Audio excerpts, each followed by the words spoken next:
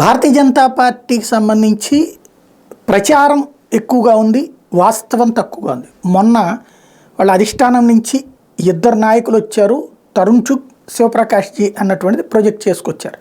తెర చూస్తే తరుణ్ చుగ్ రానేలేదు, కానీ బ్రేకింగ్లో కానీ అన్నిట్లో ఆయన వచ్చేసి వీళ్ళందరూ మనకు ఎంపీలు ఖచ్చితంగా ఒక 6 ఎంపీలు 12 ఎమ్మెల్యేలు అనేసి వీళ్ళందరూ చెప్పగానే అది తీసేసుకుని అర్జెంటుగా ఢిల్లీ వెళ్ళిపోయారని చెప్పారు. అసలు తరుణ్ చుగ్ రానేలేదు, శివప్రకాష్జీ వచ్చారు.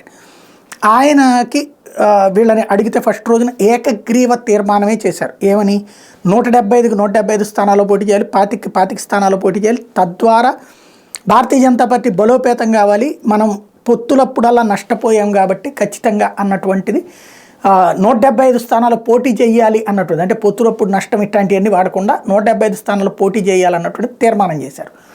ఆ తర్వాత రోజున జరిగినటువంటి కోర్ కమిటీ కాకుండా 40-45 మందితో జరిగినటువంటి మీటింగ్లో కూడా ఒక ఇద్దరు తప్ప మిగతా నాయకులందరూ కూడా ఒంటరిగా పోటీ చేస్తేనే మనం బలోపేతం అవుతాం, తెలుగుదేశంతో వెళ్తే దెబ్బతింటామంటే ఇద్దరు నాయకులు మాత్రమే తెలుగుదేశం పార్టీకి తో పొత్తుకు వెళ్ళడం బెటరు అని చెప్పారట.